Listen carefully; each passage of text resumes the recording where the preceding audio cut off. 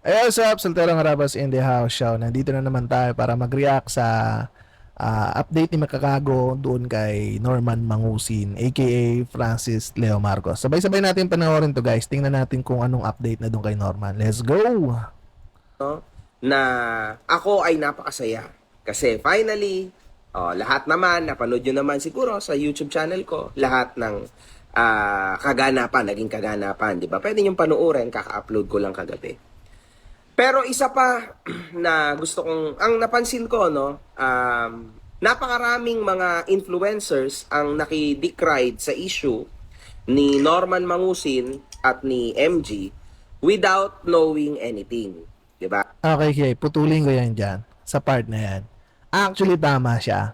Nung mga panahon na si Norman Mangusin at si MG is nagbabatuhan ng mga nagbabatuhan ng mga masasakit na salita online, kinikritics nila yung isa't isa, halos wala yan ng mga nabanggit ni Makagago niya. Pero nung nadampot na si Francis Leo Marcos, ang dami na nagsisulputan ng mga vlogger, tapos siyempre nakisakay dun sa trending, tapos without knowing kung ano ba talaga yung tunay na nangyayari doon.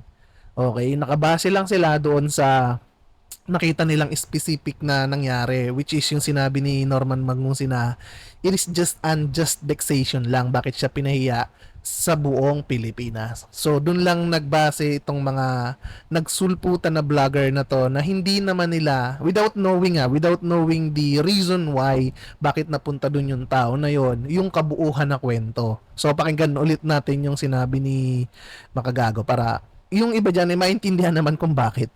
Wala silang alam, wala silang idea, wala silang, basta hindi nila alam yung sinasabi nila, halata naman, no? Tama. Kumbaga, main, yung focus nila was dun lang sa, um, sinabi na unjust vexation, ganito, As I ganyan, no? said, I yes man. mean, it's okay, it's understandable. Kasi, hindi naman lahat kayang manood, di ba? And at the same Exactly. time, mga kahombre ko, hindi naman natin masisisi ang mga tao kasi meron ilang milyon na Pilipino, 100 plus million yata, di ba? Mm. Napakarami milyon-milyon ng Pilipino sa Pilipinas. Ilan lang bang nakapanood sa mga videos ko? Siguro umabot mga 10, 15 million views lang yun, no? Ilang milyon ho ba ang Pilipino sa buong Pilipinas? Tuldok lang.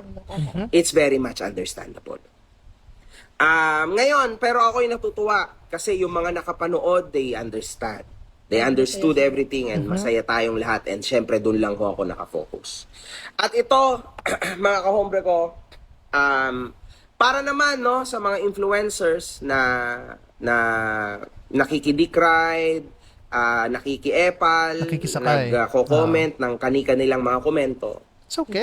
nagpapapansin, it's okay. Yeah. Mga tol, mga kapwa ko influencer, mahal ko kayo, man. Alam nyo kung bakit? Kahit galit kayo sa akin, kupal kayo sa akin, kasi trabaho ko yan. Exactly. Parehas tayo. Exactly. I know this is only for the content, for you guys. Commentary. Kailangan, naintindihan ko kayo. Promise, man. Di ba, kunwari, titirahin mo ko ngayon. Mag-a-against ka, tirahin mo ko, tirahin mo si Norman, tirahin mo ko, tirahin mo si Norman, ibabalik mo yung mga past issues ko, kahit wala ka ng idea, di ba? Hindi mo na alam kung ano na ba talaga yung ginagawa ko ngayon, wala ka ng idea, pero titirahin mo pa rin ako, tirahin mo si Norman. Yun yung mahirap guys, no? Yung nakikisakay ka sa isang issue na hindi mo alam yung kabuuan ng kwento. Parang nag-react ka lang doon sa isang specific na pangyayari, napaka-limited lang nung kaalaman mo, pero kung makapag-react ka, kala mo kung sino kang talino, napaka maalam, alam mo yun, kasi napakadali lang kasi talagang manghusga eh. Alam mo yun, napakadali lang manghusga kung yung panghuhusga mo is hindi mo ibabase doon sa katotohanan, doon ka lang sa hearsay, sa mga opinion mo. Pero kung sabi nga ni MG, kung aalamin nyo yung totoo, kung panunuorin nyo yung magmula umpisa, malalaman nyo kung bakit si Norman Mangusin, nangyari sa kanya yung ganun na bagay. It's okay, man. At para sa mga kahombre ko, hindi ho tayo ganun na kababaw. Exactly. Kasi, pinapatunayan lang natin sa mga yun, sa mga basher, sa mga basher natin, lalo na kay Boss MG o sa mga supporter ni Francis Leo Marcos na hindi para patulan sila sa mga bagay na wala naman silang kaalam-alam. Baka nga bayad lang yun ni FLM eh. Ako nakakaintindi ako. Wala yun sa akin. Kasi ganun din ang trabaho ko. Trabaho ko rin yan. Pag may issue, ay syempre, baba na tayo, di ba? Mhm. Ganun ho yun. Ganon. Okay? Alam nyo, mga kahombre ko, um, Actually, ganun talagang gawain ng isang content creator, lalo na kung nasa field ka ng commentary.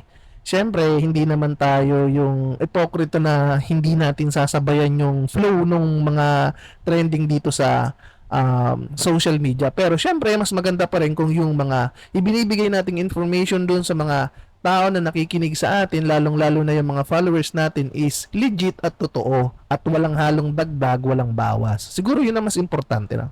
meron din ako mga tunay na kalaban sa internet, no? Na, syempre, mainit sila sa akin dahil sa mga past feud namin. Kahit kayo, naintindihan ko rin kayo. Kasi kahit ako man nasa posisyon nyo, ganun din gagawin ko. Kasi influencer tayo, guys. Yes, man. Ganun talaga. Kailangan natin lahat kumita. Normal lang ho yun. Understandable. Hindi ako, kaya kayo mga kahombre ko, wag yan. Focus tayo sa issue. Focus tayo Exactly. dito sa ginagawa Focus natin. kay Laban. Kulaong. Kay Kulaong tayo, Mm. kay Norman tayo, kasi makakalaya yan. Exactly. O pagkalaya niya, trouble na naman ho yan. Exactly. Wala na naman yung mga tao na yan. Yung mga nagsasabi ho ng kung ano-ano ngayon, wala na naman sila. Babalik ulit sila pag nakulong ulit yan kasi trending. Yun lang yun. Exactly. Pero yung tunay na laban, sa tunay na laban natin, which umaani ng ilang daan libong views, 300 to 400,000 views sa YouTube. Oh. Yun na. May konti lang. Basta 300 to 400k views yan, minimum. Minimum, So, oo. yun lang yung tunay na nakakaalam ng storya. Exactly, So, syempre, pag magte-trending ulit, kung ano yung pinatrend, yun, di ba? Ganun lang yun, mga kahombre ko. Siyempre, sasakay na naman yung mga walang alam. Kagaya nung ano, 'di ba? Naalala niyo yung nakulong yung na ano na wala to pare si Kulaong nung araw na yun. Dami, guys. Kung titingin ka dun sa Facebook, sa YouTube, lahat yung mga taong ngayon lang yung nag-content. Di ko alam yung iba, di ko alam kung yung iba doon bayad eh. Kasi grabe pag pinakinggan mo yung mga ano nila, yung mga comment nila, wala talaga silang kaalam-alam sa nangyari.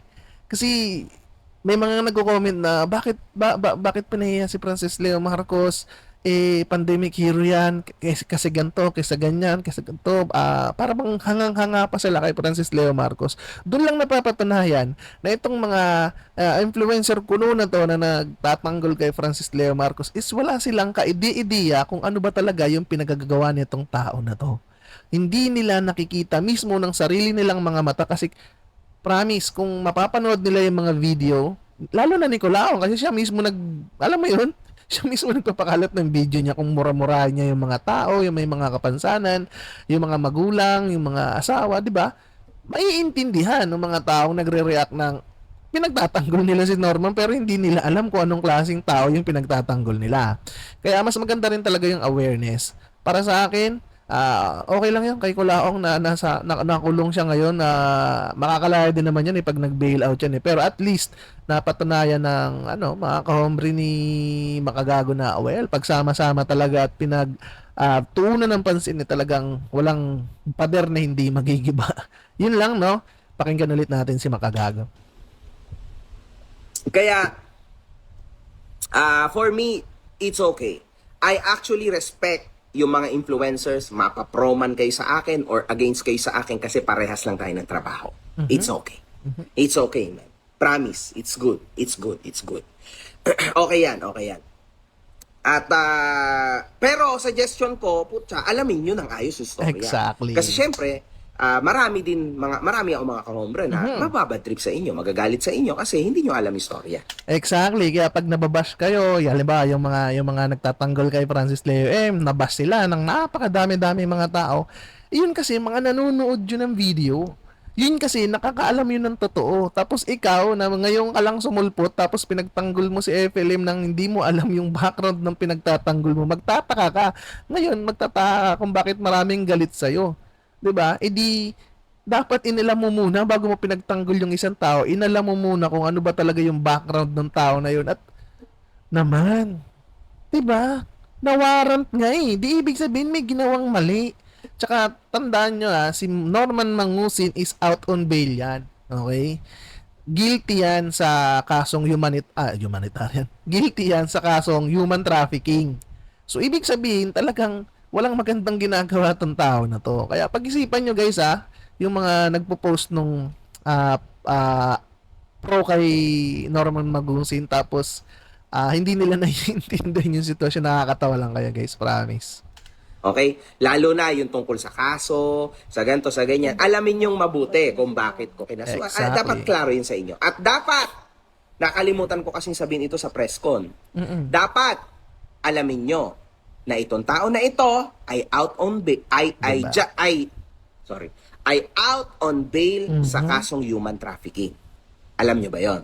Hindi. Hindi nyo alam yun.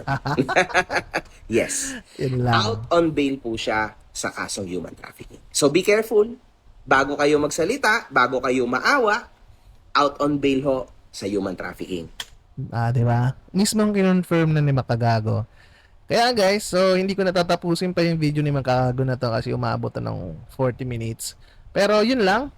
Ang masasabi ko lang is bago tayo sumausaw sa isang usapin o issue, kailangan alamin muna natin yung buong katotohanan. Kung hindi man buo, dapat at least kalahati ng katotohanan malaman mo naman. Hindi yung napakaliit lang na detalye tapos kinampihan, hindi mo man lang inalam kung ano yung kung sino yung kinakampihan mo, di ba? Ang nangyari tuloy, nababash kayo. Dahil nga dun nga sa nakakagigil talaga to si Francis Francis Leo Marcos na to. Nakakagigil to guys. Kung basta ako, ang advice ko lang, panoorin nyo yung mga video nito ni Makagago. Doon nyo malalaman kung bakit maraming galit sa kanya. At kung bakit nanggagalaiti ang taong bayan sa kanya. Yun lang. So, I think, tatapusin ko na yung video na to. Without further ado, let's finish this video kasi marami pa akong gagawin. Good vibes ng tayo lahat, bro. And peace, love all. Solterong Arabas, peace out.